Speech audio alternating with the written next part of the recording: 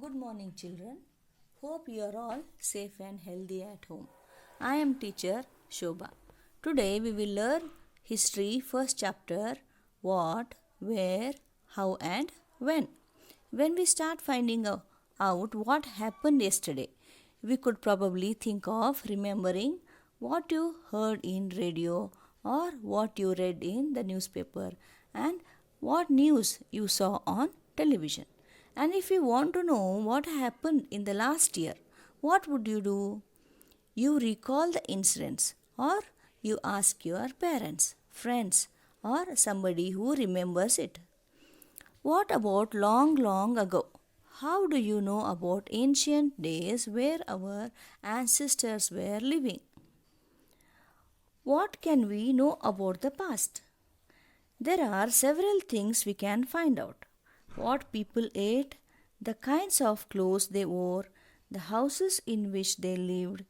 We can find out about the lives of hunters, herders, farmers, rulers, merchants, priests, craftspersons, artists, musicians, and scientists.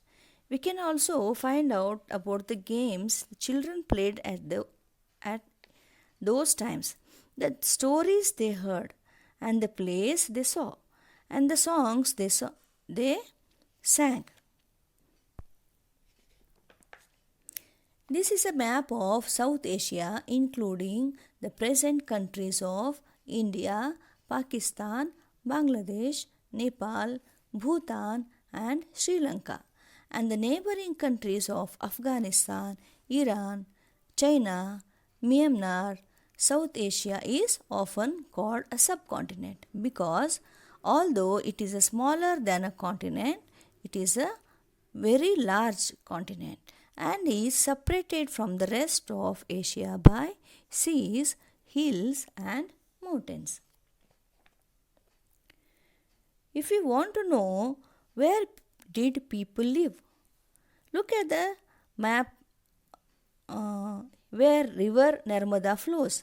Here the people lived along the banks of this river for several 100,000 years.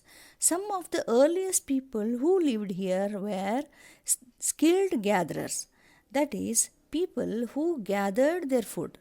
They knew about the vast wealth of plants in the surrounding forest and they collected roots, fruits, and other forest produce for their food.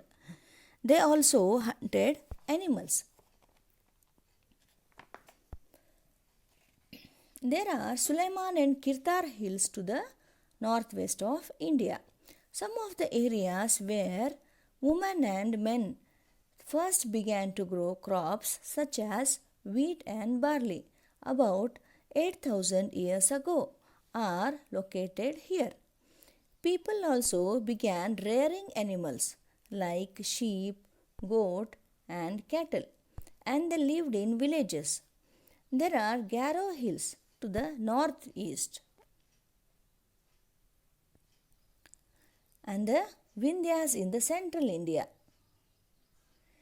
These were some of the other areas where agriculture developed.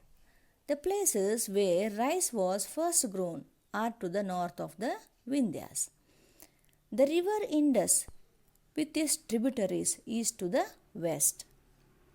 Tributaries are smaller rivers that flow into a larger river. About 4,700 years ago, some of the earliest cities they developed and flourished on the banks of these rivers. Later, about 2,500 years ago, these cities developed on the banks of the Gangas and again its tributaries and along the sea coast. The Ganga and its tributary is called as the Son.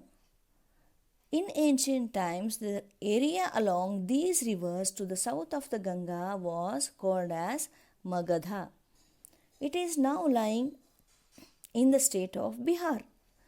Its rulers were very powerful and they set up a large kingdom and built large kingdoms. And kingdoms, those were set up in other parts of the country as well. Throughout, the people travel from one part of the subcontinent to other. The hills, the high mountains, including the Himalayas, deserts, rivers, and the seas, made these journeys dangerous at times, but it was never impossible. So, men and women who moved in search of livelihood and also escaped from natural disasters like floods or droughts.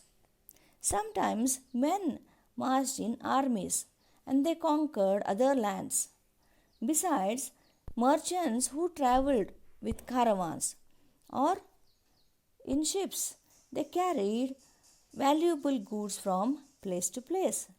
And some religious teachers walked from village to village, town to town, stopping to offer instruction and advice to the people on their way.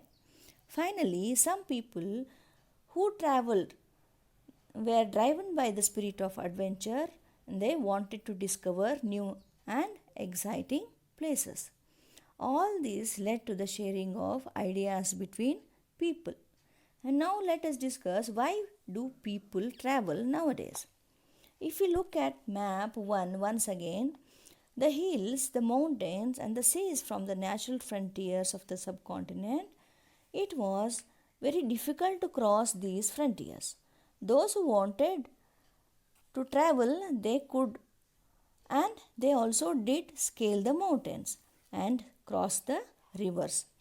People from across the frontiers also came into the subcontinent and settled here. These movements of people who traveled from place to place, they enriched our cultural tradition. People who shared new ways of carving stones, they composed music and even cooking. They even shared the cooking food ideas for several hundred of years.